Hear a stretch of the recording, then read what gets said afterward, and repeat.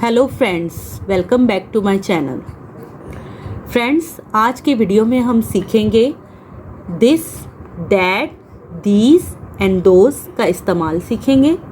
इसके उर्दू मीनिंग क्या है और इसको किस तरह इस्तेमाल करते हैं, कहाँ कहाँ किस तरह कैसे यूज़ करते हैं, ये सब जानेंगे आज के वीडियो में।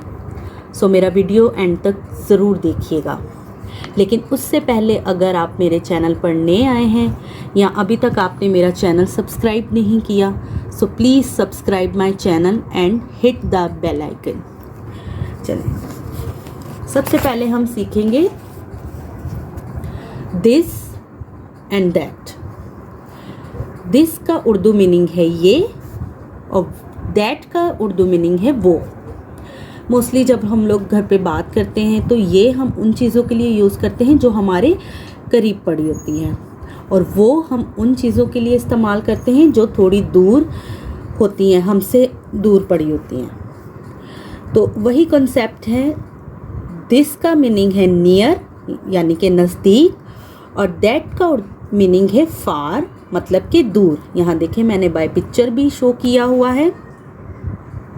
यहाँ देखें, दिस एप्पल जो है करीब है। यहाँ पे देखिए एप्पल मैंने दूर ड्रॉ किया है, इसका मतलब है फार मतलब कि दूर। लेकिन एक चीज़ जो आपने याद रखनी है वो ये है कि this and that singular noun के लिए यूज़ होता है, मतलब कि हमारा जो ऑब्जेक्ट होगा वो सिंगुलर होगा। जैसे कि ये सेब है, वो सेब है। कॉन्सेप्ट क्या है? नज़दीक और दूर का। दिस जब यूज़ होगा जब कोई ऑब्जेक्ट हमारे पास है, नियर है। दैट जब यूज़ होगा जब वही चीज़ या कोई ऑब्जेक्ट जो है हमसे दूर होगा, उस फार होगा। तो दिस माने नियर एंड दैट माने फार। चलें, इस तरह चार्ट बनाकर बच्चों को सिखाएं और समझाएं। अच्छा, आप फिज़िकल एक्टिविटी भी करवा सकते हैं घर पे बच्चों को। जैसे कोई ऑब्जेक्ट उनके हाथ में दें और उनको कॉन्सेप्ट क्लियर करें कि अगर ये चीज़ सपोज़ एप्पल ही दे दें उनके हाथ में, अगर उनके पास है या पास रखा हुआ या उनके हाथ में है तो क्या बोलेंगे? This is an apple. लेकिन फिर वही एप्पल आप दूर लेकर जाएं और फिर उनको बताएं कि अब क्या कहना है इसको? That is an apple. तो इस तरह आप फिज़िकल एक्टिविटी भी करवा सकते हैं। ये देखें, ये वर्कशीट मैंने बनाई है। फर्स्ट वर्कशीट में देखें, मैंने ये ऊपर मैंने मेंशन कर दिया है दिस माने नियर, दैट माने फार। ओके, यहाँ देखें, this is a book. Book क्या थी? करीब। देखें, यहाँ मैंने करीब ड्रॉ की है, नज़दीक ड्रॉ की है, तो क्या आएगा? दिस। अब यहाँ देखिए, बुक क्या है? फार है ना, मतलब कि दूर है। तो क्या मैंने यहाँ पे लगाया? That is a book. अब यहाँ देखिए, dash is a cat. Cat कहाँ है? नियर है कि फार है? देखिए, फार है ना, तो यहाँ क्या लगाएंगे? फार के लिए हमने क्या लगाना है? दैट। फार मीनिंग दूर। जैसे कि यहाँ पे मैं क्या लगाऊंगी? दैट। क्या हो जाएगा? That is a cat. Next देखें, dash is an ant. Ant क्या है? नियर है कि फार है? नियर है ना, नियर मीन करीब। तो करीब जो हमारी चीज़ें होती हैं उनके लिए हम क्या लगाते हैं? दिस। तो दिस इज़ एन एंट। अब यहाँ देखें, dash is a car. Car क्या है? नियर है कि फार है? नियर है, तो क्या लगाएंगे हम? This is a car. अब यहाँ देखिए, dash is a star. Star क्या है? देखिए, नियर है कि फार है? फार है ना, तो फार के लिए हम लोग क्या लगाएंगे? और सिंगल भी है, और यहाँ क्या लगाएंगे हम? दैट। तो क्या हो जाएगा ये? That is a star. Butterfly देखें, बटरफ्लाई भी क्या है? फार है ना, तो फार के लिए क्या लगाना है? फार ऑब्जेक्ट के लिए दैट।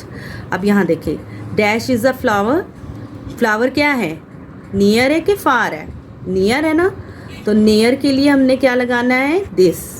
अब देखें यहाँ पर, देखें वही फ्लावर मैंने यहाँ पे नियर बनाया है, यहाँ पर फार बनाया मतलब कि दूर बनाया है। तो यहाँ पे दूर है तो मैं क्या लगाऊंगी, that is a flower, that. तो ये था दिस एंड दैट का इस्तेमाल। अब हम सीखेंगे, अच्छा जब आपके बच्चों को इसकी यूजेस जो है अच्छे से प्रैक्टिस हो जाए, दिस एंड दैट का मीनिंग समझ में आ जाए, तो फिर उसके बाद आपने क्या सिखाना है, फिर आपने इसके बाद दीज एंड दोज पर लेके आना है। दीज एंड दोज वही सेम मीनिंग है, ये और वो, बस क्या हो जाएगा, प्लूरल। प्लूरल नाउन्स के लिए ये यूज़ होते हैं दीज एंड दोज, वही इसका मीनिंग है, ये और वो। यहाँ देखें पिछले मैंने देखें यहाँ पर मैंने बनाया था एक एप्पल पिक्चर्स के साथ, देखें दिस एंड दैट, यहाँ पे एक एप्पल था और यहाँ पे मैंने 2 एप्पल बनाए, मतलब कि प्लूरल फॉर्म है, प्लूरल नाउन होगा। ऑब्जेक्ट कोई भी हो सकता है, जैसे दीज आर एप्पल्स। और अगर वही एप्पल जो हैं थोड़े दूर पड़े हुए हैं आपसे तो क्या बोलेंगे उसको, दोज आर एप्पल्स। वही मीनिंग है, सेम, कोई मुश्किल नहीं है, जस्ट सिंगुलर और प्लूरल का डिफरेंस है। वही दीज का मीनिंग नियर, दोज का मीनिंग फार। तो नेक्स्ट देखें मैंने वर्कशीट बनाई है, दीज एंड दोज का यूजेस बताया है मैंने यहाँ पर। अगर यहाँ देखें डैश आर ट्रीज, अगर यहाँ देखें अगर एक ट्री होता तो मैं इसको कहती दिस इज़ आर ट्री, लेकिन देखें यहाँ प्लूरल है तो मैं क्या इसको बोलूँगी, दीज आर ट्रीज। अब यहाँ देखें वही ट्री जो हैं फार हो गए हैं, लेकिन क्या है, प्लूरल हैं, सिंगुलर नहीं है, तो प्लूरल के लिए हमने क्या लगाना है, दोज आर ट्रीज। यहाँ देखें बॉल्स, प्लूरल है और फार भी है, तो हम क्या बोलेंगे इसको, दोज। ये देखें कप क्या है, नियर है और प्लूरल है, तो क्या लगाएंगे हम, दीज। इस तरह घर पे बच्चों को प्रैक्टिस करवाएं, वर्कशीट बना कर दें और बच्चों को इस तरह का चार्ट बना कर दें ताकि बच्चों का कॉन्सेप्ट क्लियर हो कि दिस जो है सिंगुलर नाउन के लिए यूज़ होता है और नियर और दीज प्लूरल नाउन्स के लिए यूज़ होता है, लेकिन ये दोनों this and these near things के लिए, नियर ऑब्जेक्ट्स के लिए यूज़ होता है, मतलब कि ये दोनों जो हमारे करीब चीज़ें होंगी उनके लिए यूज़ होगा, दीज एंड दीज। और फार जो है दूर की चीज़ों के लिए जो हमसे दूर हैं, जैसे दैट जो है देखे फार है ना, यहाँ पर सिंगुलर है, सिंगुलर नाउन है तो दैट, लेकिन फार होना चाहिए।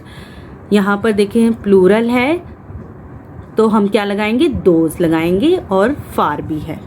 इस तरह आप चार्ट बनाकर बच्चों को कॉन्सेप्ट क्लियर करें, फिर उसके बाद आप इस तरह की वर्कशीट बनाकर दे सकते हैं बच्चों को ताकि उनकी प्रैक्टिस हो।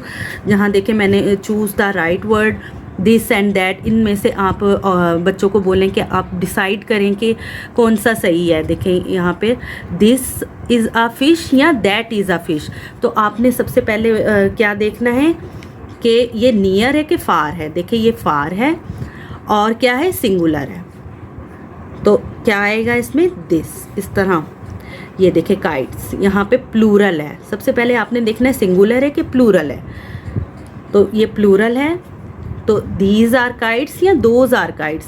अब आपने देखना है कि नियर है कि फार है, नियर है तो दीज। इस तरह की वर्कशीट आप बना कर दें बच्चों को ताकि वो अपने ओन से इसको कंप्लीट करें। फिर सेकंड वर्कशीट देखें, सेकंड वर्कशीट पर आप इस तरह दे सकते हैं बच्चों को प्रैक्टिस के लिए। Look at the picture and right this that these and those. इस तरह सिंगुलर और ये एस का मीनिंग सिंगुलर, पी का मीनिंग प्लूरल। तो इस तरह आप पिक्चर्स के ज़रिए आप बच्चों को मेंशन करें।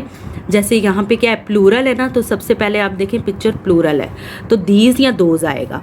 फिर उसके बाद देखें नियर है कि फार है, नियर है तो नियर थिंग्स के लिए क्या आएगा, दीज, तो यहाँ पर क्या आ जाएगा, दीज।